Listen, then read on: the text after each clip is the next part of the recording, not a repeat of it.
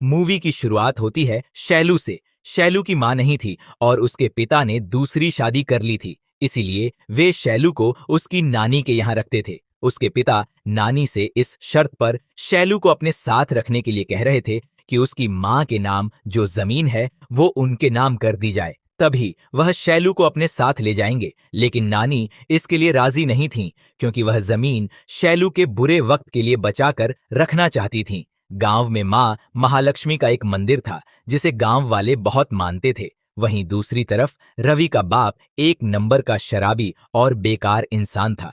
वह रवि को हर वक्त मारता पीटता रहता था। रवि की भी मां नहीं थी। कुछ समय बाद शैलू को पहली बार पीरियड्स आ जाते हैं।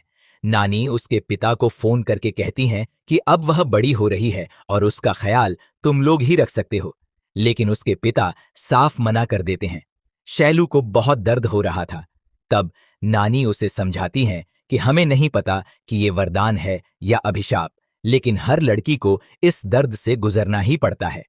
अब एक रात हम देखते हैं कि रवि के घर में आग लग जाती है। इस हादसे में रवि और उसके पिता दोनों की मौत हो जाती है। इस हादसे से शैलू को बहुत बड़ा सदमा लगता है, क्योंकि रवि ही उसका इकलौता दोस्त था और अब वह भी उसे छोड़कर जा चुका था। अब कहानी यहां से 10 साल आगे जाती है। हम देखते हैं कि एक कुत्ता रात के समय गलियों में दौड़ रहा है। इसके बाद हमें देवी के स्वरूप में एक महिला दिखाई देती है जो अपने सिर और दोनों हाथों में अग्नि लेकर भाग रही है। अगली सुबह पूरा गांव इकट्ठा हो जाता है। सभी एक दीवार पर लिखी हुई बात को देख रहे होते हैं। गांव में 2 लोग थे, काशी राजू और उसका चेला पुली। काशी राजू इधर उधर घूमकर अपनी हवस भरी नजरों से महिलाओं को देखता रहता था। वहीं उसका चेला पुली देख नहीं सकता था, इसीलिए वह बस काशी राजू की जी हुजूरी करता रहता था। दीवार पर लिखा हुआ था कि श्यामला के पति माची राजू का डेनियल की पत्नी मैरी के साथ अवैध संबंध चल रहा है। साथ ही गांव वालों से विनम्र निवेदन किया गया था कि बड़ा दिल रखकर इस रिश्ते को स्वीकार कर लें। यह पढ़ते ही डेनियल अपनी बीवी के पास भागता है और गुस्से में कहता है कि उसका किसी के साथ चक्कर चल रहा है। वह उसे मार डालने की बात करता है। तभी एक आदमी देखता है कि कुएं के ऊपर बहुत सारी तितलियां मंडरा रही हैं। इसके बाद देखने को मिलता है कि वहीं माची राजू और मैरी की लाशें पड़ी हुई हैं। अब पूरा गांव इकट्ठा हो जाता है। माची राजू का दोस्त गुर्जा कहता है कि जिसने भी यह किया है वह उसे छोड़ेगा नहीं। तभी गांव में नई एसआई माया आती है जो इस मामले की जांच करने वाली थी। गांव में एक फोटोग्राफर था जिसका नाम वासु था, इसीलिए उसे लाशों की फोटो लेने के लिए बुलाया जाता है। माया लाशों को पोस्टमार्टम के लिए भेजने वाली होती है, लेकिन गांव वाले कहते हैं कि जो भी करना है वह हमारे जमींदार प्रकाश बाबू से पूछकर करना, वरना हम आपको कुछ नहीं करने देंगे। तभी वहां प्रकाश बाबू आते हैं जिनसे पूरा गांव डरता था। वह पोस्टमार्टम करवाने से मना कर देते हैं। वह कहते हैं, हमारे गांव में ऐसा कोई किसी को नहीं मारता। किसी ने आपसी दुश्मनी के कारण दीवार पर नाम लिख दिया होगा। यह बेइज्जती इनसे बर्दाश्त नहीं हुई होगी, इसीलिए शर्मिंदगी के मारे दोनों ने जहर खाकर अपनी जान दे दी होगी। यही सच है, यही रिपोर्ट में लिख लो। इसके बाद दोनों का अपने अपने धर्म के हिसाब से अंतिम संस्कार किया जाता है। तभी हम एक मुखौटा लगाए हुए आदमी को देखते हैं जो किसी की चिता के पास खड़ा हुआ है। इसके बाद हमें एक डॉक्टर दिखाई देते हैं जिनकी गांव में सभी इज्जत करते थे, क्योंकि वह लोगों की काफी मदद करते थे। गांव में एक फंक्शन होता है और सभी गांव वाले वहां आए हुए होते हैं। गुर्जा को वासु पर शक होता है कि दीवार पर नाम उसी ने लिखा होगा। जब वासु को पता चलता है कि गुर्जा उसका नाम ले रहा है तो वह उससे भिड़ जाता है। देखते ही देखते वह फंक्शन अखाड़ा बन जाता है और सब एक दूसरे से लड़ने लगते हैं, लेकिन हासिल कुछ नहीं होता। गांव में मां महालक्ष्मी का एक मंदिर था। वहां एक पुजारी और एक महिला थी जो मंदिर की सेवा करती थी। गांव में हर साल मेला लगता था, इसलिए पंडित जी प्रकाश बाबू के पास चंदा लेने जाते हैं, लेकिन प्रकाश बाबू पैसे देने से मना कर देते हैं। तभी प्रकाश बाबू की पत्नी राजेश्वरी पैसे दे देती है। राजेश्वरी दिल की और स्वभाव की बहुत अच्छी महिला थी। प्रकाश को अपनी पत्नी पर गुस्सा आता है और वह कहता है कि पैसे देने की क्या जरूरत थी। उसे भगवान और भगवान के लिए किए जाने वाले कार्यों पर कोई विश्वास नहीं था। इधर माया कहीं जा रही होती है, तभी उसे मुखौटा लगाए हुए कोई आदमी दिखाई देता है। वह उसके पीछे भागती है, लेकिन वहां पहुंचने पर कोई नहीं मिलता। इसके बाद मेला शुरू होता है। सभी लोग मां महालक्ष्मी की पूजा करते हैं। हमें वही मुखौटा लगाया हुआ आदमी भी दिखाई देता है, जो अकेले नाचते हुए और झूमते हुए दिखाई देता है। रात में हम फिर से उसी कुत्ते को और उसी देवी के रूप को भागते हुए देखते हैं। अगली सुबह फिर से दीवार पर कुछ लिखा हुआ मिलता है। उसमें लिखा था कि कृष्णा और नागमणि के बीच नाजायज संबंध हैं और गांव वालों से बड़े दिल के साथ इसे स्वीकार करने की प्रार्थना है। नागमणि एक दुकान चलाती थी और उसका पति शहर में काम करता था। इसके बाद नागमणि और कृष्णा की लाशें एक पेड़ से लटकी हुई मिलती हैं। माया प्रकाश बाबू से कहती है, अब तो मान लीजिए कि कोई पूरी प्लानिंग करके लोगों का खून कर रहा है और कातिल हमारे बीच ही है। इन्हें पहले मारा गया और फिर पेड़ से लटकाया गया है, इसीलिए पोस्टमार्टम करना बहुत जरूरी है ताकि मौत का सही कारण पता चल सके। इस बार प्रकाश बाबू ज्यादा रोक टोक नहीं करते। इधर जो कातिल था उसने मैरी के दफनाए हुए शव को भी गायब कर दिया था ताकि कोई सबूत ही न बचे। मतलब वह मुखौटा वाला आदमी मैरी की लाश को जला रहा था। अब पूरा गांव इकट्ठा होता है और पंचायत की जाती है कि इस समस्या का हल क्या है। तब पंडित जी बताते हैं कि जमींदार के दादाजी के समय में भी कुछ लोग इसी तरह खून की उल्टी करके मर रहे थे। तब उन्होंने हवन करवाकर मां महालक्ष्मी को शांत रूप में धारण करवाया था। इसके बाद मौतें होना बंद हो गई थीं। अब जो भी मौतें हो रही थीं, वह मां महालक्ष्मी के पसंदीदा दिन मंगलवार को ही हो रही थीं। अब अगला दिन भी मंगलवार था, इसीलिए सब लोग सोचते हैं कि इस बार रात में पहरेदारी करेंगे और उस कातिल को पकड़ लेंगे।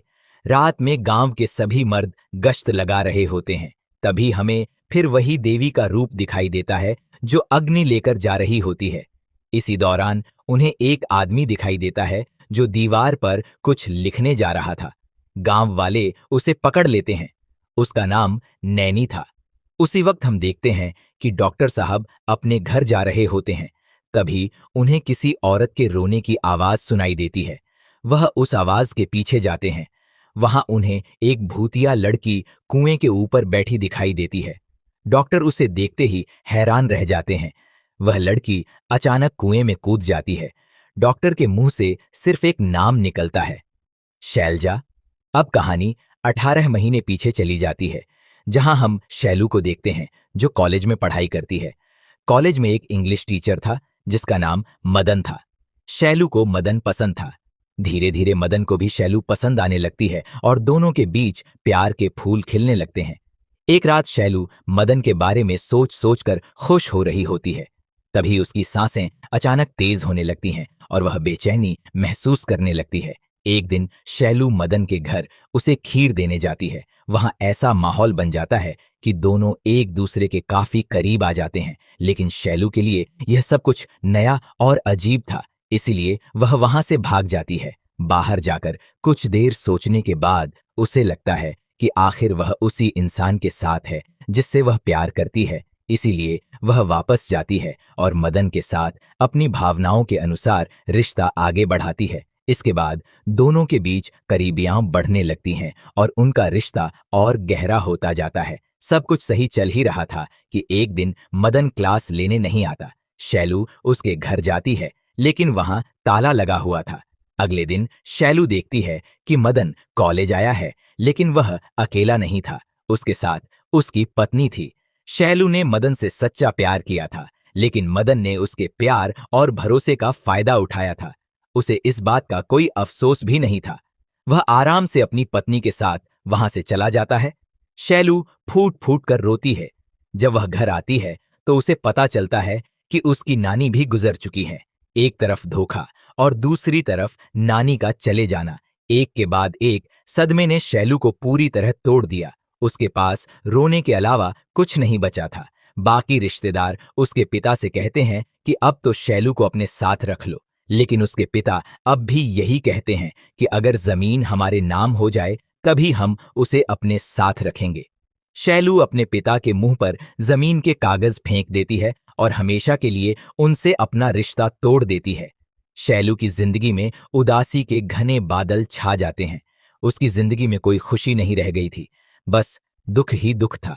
हर पल, हर घड़ी उसे मदन के साथ बिताए हुए पल याद आते रहते थे। एक लड़का था जो शैलू को हमेशा आते जाते देखा करता था। एक दिन वह शैलू के पास आता है। उस समय शैलू को उसमें मदन की झलक दिखाई देती है और वह उसे देखकर मुस्कुरा देती है। लड़के को लगता है कि शैलू उसे पसंद करती है। इसके बाद शैलू का व्यवहार धीरे धीरे बदलने लगता है। वह खुद अपनी इच्छाओं और मानसिक स्थिति को समझ नहीं पा रही थी। कई बार उसकी इच्छा के बावजूद उसका मन और शरीर उसके नियंत्रण में नहीं रहता था। वही पिल्ला जो उसे कुएं के अंदर मिला था और जिसे शैलू ने पाल लिया था, अब बड़ा हो चुका था। उसकी जिंदगी में वही एक ऐसा जीव था जो हमेशा उसके साथ रहता था। गांव के जवान और बूढ़े सभी शैलू को गंदी नजरों से देखने लगे थे, क्योंकि गांव में अफवाह फैल गई थी कि वह किसी को भी मना नहीं करती। एक दिन शैलू पासपोर्ट साइज फोटो खिंचवाने के लिए वासु के पास जाती है। वासु उसके साथ काफी अच्छे से पेश आता है। इसके बाद हम देखते हैं कि शैलू बस से कहीं जा रही होती है। तभी भीड़ में एक आदमी उसके बहुत करीब आ जाता है और उसके अंदर फिर वही बेचैनी पैदा होने लगती है। अपनी उस बेचैनी को शांत करने के लिए शैलू ने एक तरीका खोज लिया था। वह अपने हाथ में रबर बैंड बांधकर खुद को हल्की चोट पहुंचाती थी, ताकि उसका ध्यान उस दर्द पर चला जाए और वह अपनी बेचैनी को कुछ समय के लिए नियंत्रित कर सके। शैलू एक लकड़ी की फैक्ट्री में काम करती थी। एक दिन उसका मालिक अपने दोस्तों से कहता है कि उस लड़की के साथ गलत फायदा उठाओ, क्योंकि वह तुम्हें रोक नहीं पाएगी। लेकिन जब वे लोग शैलू के पास जाते हैं तो शैलू उनसे दूर भागने लगती है। तब उसका मालिक उस पर चोरी का इल्जाम लगाकर उसे धक्के मारकर काम से निकाल देता है। शैलू से यह सब सहा नहीं जा रहा था। उसके साथ जो कुछ हो रहा था और उसके दिमाग में जो कुछ चल रहा था, वह सब उसकी समझ से बाहर था। वह अपनी जान देने की कोशिश करती है, लेकिन आखिरी वक्त पर हिम्मत नहीं कर पाती। वह न ठीक से जी पा रही थी और न ही मर पा रही थी। एक दिन वही लड़का चुपके से शैलू के घर आता है। शैलू ने ही उसे बुलाया था। वह अपनी मानसिक और भावनात्मक पीड़ा को एक अलग तरीके से नियंत्रित करने की कोशिश कर रही थी। वह लड़के से कहती है कि उसे चोट पहुंचाए। लड़का उसकी बात मान लेता है। शैलू दर्द से रो रही होती है, लेकिन फिर भी रुकने के लिए नहीं कहती। कुछ देर बाद लड़का थक जाता है। वह शैलू को सांत्वना देने के लिए उसके पास आता है, लेकिन शैलू उस पर चिल्ला देती है। डर के मारे लड़का वहां से भाग जाता है। इसके बाद शैलू फूट फूट कर रोने लगती है। तभी उसे बहुत सारी तितलियां दिखाई देने लगती हैं। वह उन्हें भगाने की कोशिश करती है, लेकिन वे बार बार उसके आसपास आने लगती हैं। वह अपनी उस बेचैनी और मानसिक पीड़ा से पूरी तरह परेशान हो चुकी थी। वह खुद को कंट्रोल करने की कोशिश करती थी, लेकिन हमेशा सफल नहीं हो पाती थी। गांव में धीरे धीरे सबको लगने लगता है कि शैलू किसी भी चीज के लिए मना नहीं करती, इसीलिए लोग उसके पीछे पड़ने लगते हैं। लेकिन असलियत यह थी कि शैलू खुद अपनी स्थिति को समझ नहीं पा रही थी। अब समझना मुश्किल हो गया था कि शैलू के साथ आखिर हो क्या रहा है। क्या मदन के उसे छोड़कर जाने की वजह से उसे हर किसी में मदन दिखाई देने लगा था, या फिर उसके साथ कुछ और ही चल रहा था? उसे खुद भी इसका जवाब नहीं पता था। कुछ लोग प्रकाश बाबू के पास शिकायत लेकर जाते हैं कि शैलू का चाल चलन ठीक नहीं है। तब प्रकाश बाबू कहते हैं कि शैलू को मेरे पास लेकर आओ। उस दिन शैलू बिल्कुल नॉर्मल थी। उसने नई साड़ी पहन रखी थी और कहीं जा रही थी। लेकिन तभी गांव के कुछ लोग उसे घसीटते हुए प्रकाश बाबू के पास ले जाते हैं। प्रकाश बाबू उससे पूछते हैं, इस तरह की नीच हरकतें क्यों कर रही हो तुम? लेकिन शैलू कोई जवाब नहीं दे पाती। प्रकाश बाबू उसे गांव से बाहर निकल जाने के लिए कह देते हैं। इसके बाद गांव वाले शैलू को पत्थर मार मार कर गांव से बाहर निकाल देते हैं। हैरानी की बात यह थी कि जिन 4 लोगों की मौत हो चुकी थी, माची, राजू, मैरी, नागमणि और कृष्णा, उनके लोग शैलू को गांव से निकालने वाली इस भीड़ में सबसे आगे थे। वे शैलू को इतनी बेरहमी से मार रहे थे जैसे उसे गांव से बाहर निकालने के पीछे उनकी कोई खास साजिश हो। अगले दिन शैलू की लाश उसी कुएं में मिलती है। गांव वालों के अंदर शैलू को लेकर इतनी नफरत भर चुकी थी कि किसी को भी उसके मरने का दुख नहीं था। उल्टा वे सोच रहे थे कि अब इसका अंतिम संस्कार करने की मेहनत कौन करे, इसे सीधे नदी में फेंक दो। अब कहानी वापस वर्तमान में आती है। नैनी माया से कहता है, मैंने किसी को नहीं मारा, मैं गुर्जा की बहन से प्यार करता हूं और गुर्जा मुझसे नफरत करता है। इसीलिए मैंने सोचा कि अगर मैं हम दोनों के नाम दीवार पर लिख दूंगा तो गांव वाले हमें अपनाने के लिए मजबूर हो जाएंगे और हमारी शादी करा देंगे। बस यही मेरा प्लान था, मैंने इसके अलावा कुछ नहीं किया। इसके बाद पोस्टमार्टम रिपोर्ट आती है। रिपोर्ट पढ़ने के बाद माया को समझ आ जाता है कि उन लोगों को मारने वाला नैनी नहीं है, कोई और है जो बहुत सोच समझकर इन हत्याओं को अंजाम दे रहा है। डॉक्टर ने जिस चुड़ैल को देखा था उसकी बात भी गांव में फैल चुकी थी। अब सबको लगने लगता है कि शैलू का भूत ही गांव वालों को मार रहा है। इस वजह से पूरे गांव में डर का माहौल बन जाता है। हर किसी को डर लगने लगता है कि कहीं अगला नंबर उसका न हो। फिर मंगलवार आता है। गांव वाले एक बार फिर रात में पहरेदारी करने लगते हैं। तभी हमें फिर वही देवी का रूप दिखाई देता है। दरअसल वह वही औरत थी जो मंदिर की सेवा करती थी। वह एक तालाब में जाकर अग्नि वाले मटकों को विसर्जित कर देती है। पंडित जी बताते हैं कि गांव की भलाई के लिए मां महालक्ष्मी के पसंदीदा दिन मंगलवार को किसी को दिखाई दिए बिना पूरे गांव में अग्नि लेकर प्रदक्षिणा करना और उसके बाद अग्नि को नदी में विसर्जित करना उनकी सदियों पुरानी परंपरा है। इसी दौरान गांव वालों को किसी की आवाज सुनाई देती है कि किसी ने फिर से दीवार पर कुछ लिख दिया है। सब लोग वहां भाग कर जाते हैं, लेकिन इस बार दीवार पर किसी के अवैध संबंध की बात नहीं लिखी थी, बल्कि कुछ और लिखा हुआ था। तभी हमें डॉक्टर दिखाई देते हैं। वह खुद दीवार पर कुछ लिखने जा रहे होते हैं। उसी वक्त वहां माया आ जाती है और डॉक्टर को रंगे हाथों पकड़ लेती है।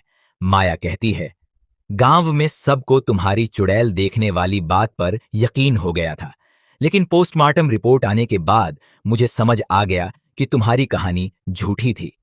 माया आगे कहती है, तुम जानते थे कि गांव वाले पोस्टमार्टम नहीं होने देंगे, इसीलिए तुमने उन्हें एनेस्थीसिया देकर मार डाला। क्यों, यही सच है ना? माया डॉक्टर को पकड़ लेती है, लेकिन डॉक्टर उसे बेहोशी का इंजेक्शन लगा देते हैं और उसे बंदी बना लेते हैं। माया पूछती है, गांव में नाम लिखकर लोगों को क्यों मार रहे हो? कब तक चलेगा ये सब? डॉक्टर कहते हैं, ये सब मैं शैलू के लिए कर रहा हूं। माया हैरान होकर कहती है, अच्छा, तुम्हारी रखैल शैलू के लिए? माया आगे कहती है, जब तुमने कहा था कि वह चुड़ैल बनकर आई है, तभी मैंने तुम्हारे और उस लड़की के बारे में सब पता कर लिया था। तुम्हारी उस रखैल को गांव वालों ने गांव से भगा दिया, इसीलिए तुम उसका बदला ले रहे हो, है ना? डॉक्टर गुस्से में कहते हैं, आंखों के सामने दिखाई देने वाली हर चीज सही हो, ये जरूरी नहीं है। तुम्हें कुछ पता भी है कि क्या हुआ था। अब कहानी फिर पीछे चली जाती है। हम देखते हैं कि डॉक्टर कहीं जा रहे होते हैं। तभी उन्हें सड़क पर शैलू बेहोशी की हालत में घायल पड़ी मिलती है।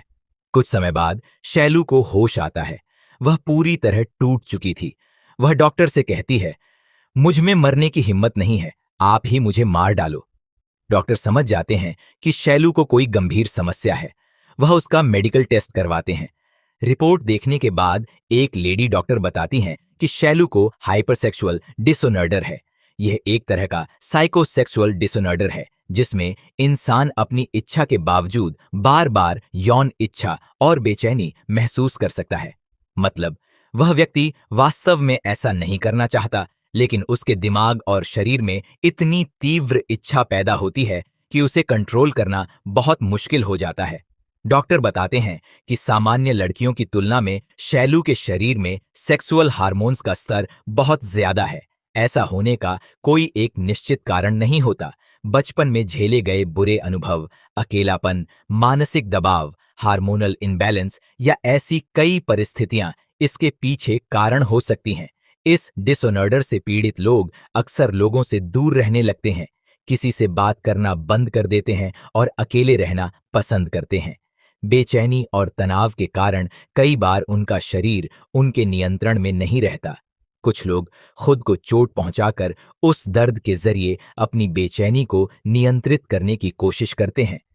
उनके लिए उस समय यह ज्यादा महत्वपूर्ण हो जाता है कि उनका शरीर क्या चाहता है, बजाय इसके कि उनके साथ वास्तव में क्या हो रहा है। और जब वह बेचैनी किसी तरह शांत हो जाती है, तो उन्होंने अपने साथ जो कुछ होने दिया होता है, वही बाद में उनके लिए एक भयानक याद बन जाता है। डॉक्टर कहते हैं, उसका अपना कोई नहीं है, वह अनाथ है।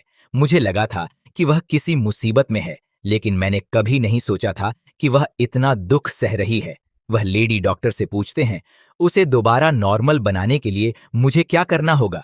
लेडी डॉक्टर कहती हैं कि इलाज संभव है, लेकिन उसकी मानसिक स्थिति पर बहुत कुछ निर्भर करेगा।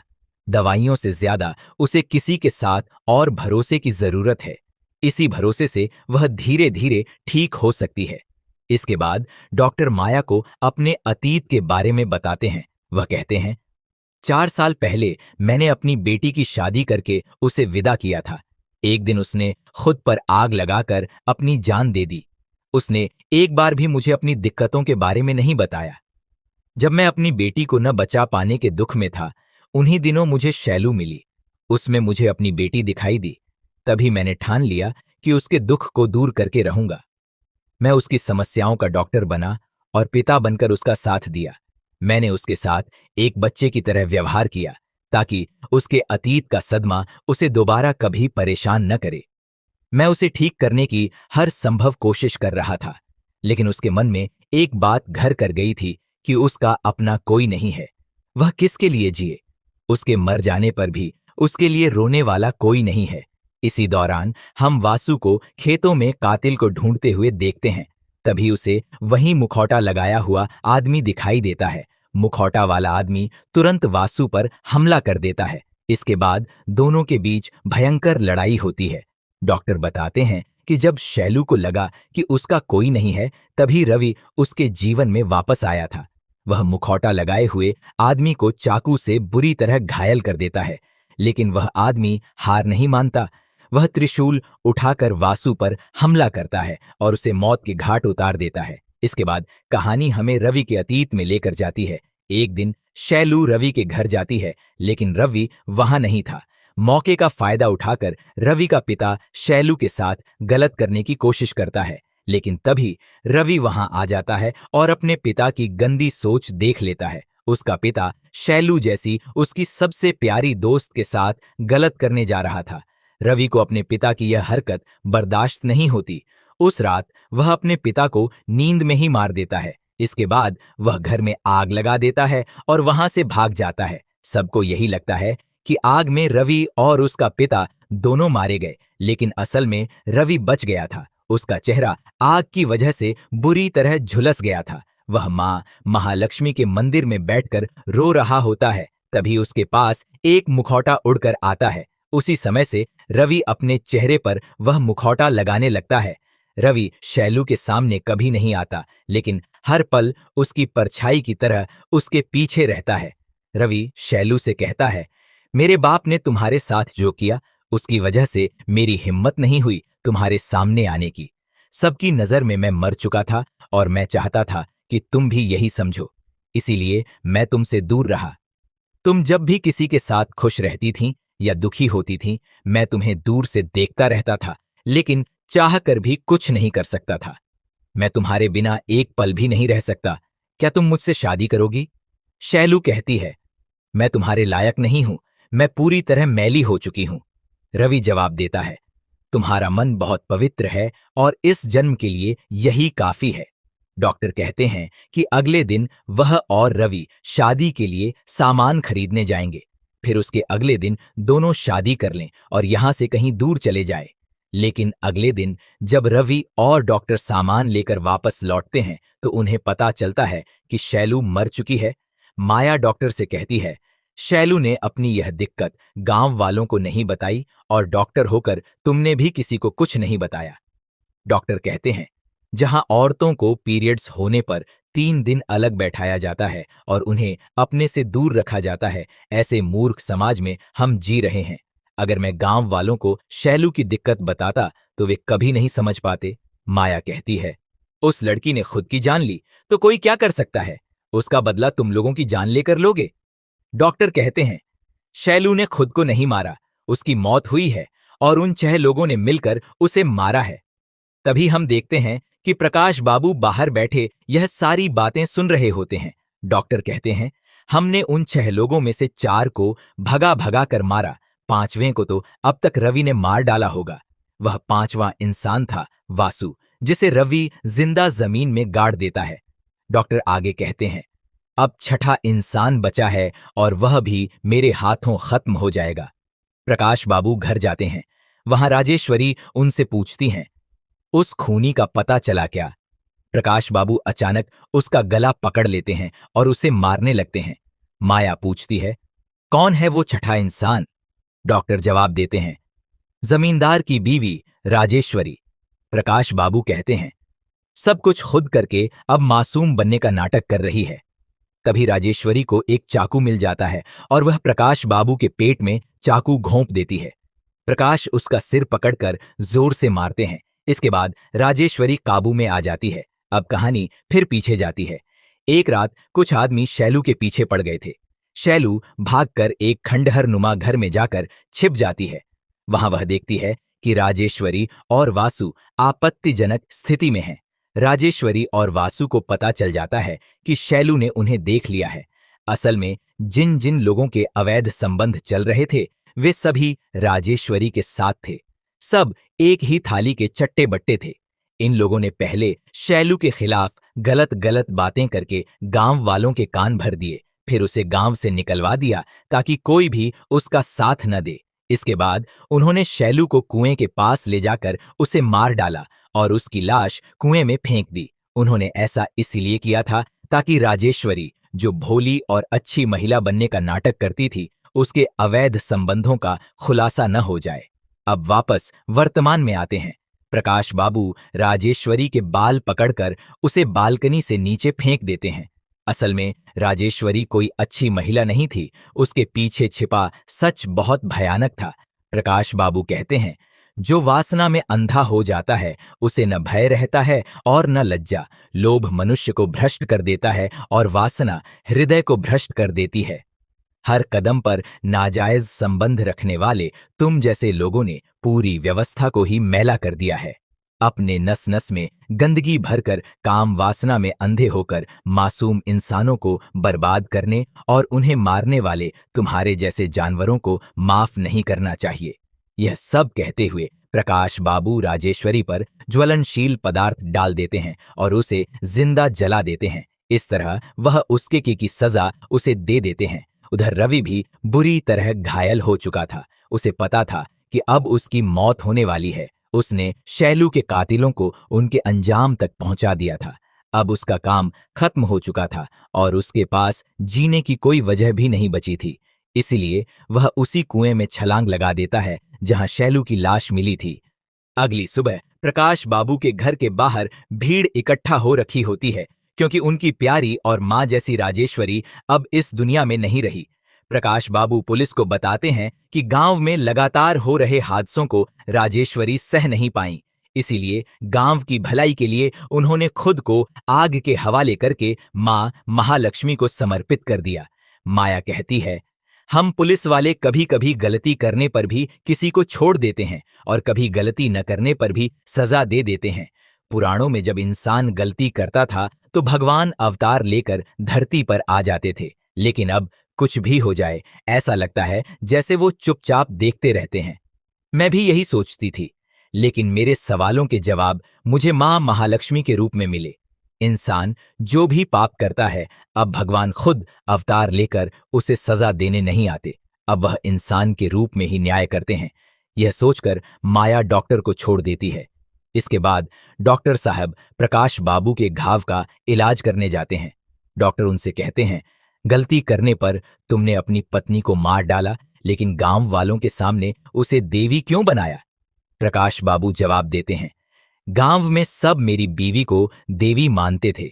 अगर उन्हें पता चलता कि उसने इतनी बड़ी गलती की है तो उनका विश्वास टूट जाता। और एक बार इंसान का भरोसा टूट जाए तो प्यार, भय और भक्ति सब कुछ टूट जाता है। सिर्फ मूर्खता ही बचती है। इसीलिए मैंने अपनी बीवी के साथ साथ उस सच को भी जला दिया। इसके बाद प्रकाश बाबू डॉक्टर से कहते हैं, अब तुम्हारे प्रश्नों का उत्तर तो दे दिया, अब तुम मुझे बताओ डॉक्टर, जिस दिन शैलू मरी उस दिन तुम और रवि यहां नहीं थे, तो तुम्हें कैसे पता चला कि शैलू को उन्हीं लोगों ने मारा है? ये सुनते ही डॉक्टर जोर जोर से हंसने लगते हैं। इसके बाद हमें पुली दिखाई देता है। अब पता चलता है कि पुली असल में अंधा नहीं था, वह सिर्फ अंधे होने का नाटक करता था।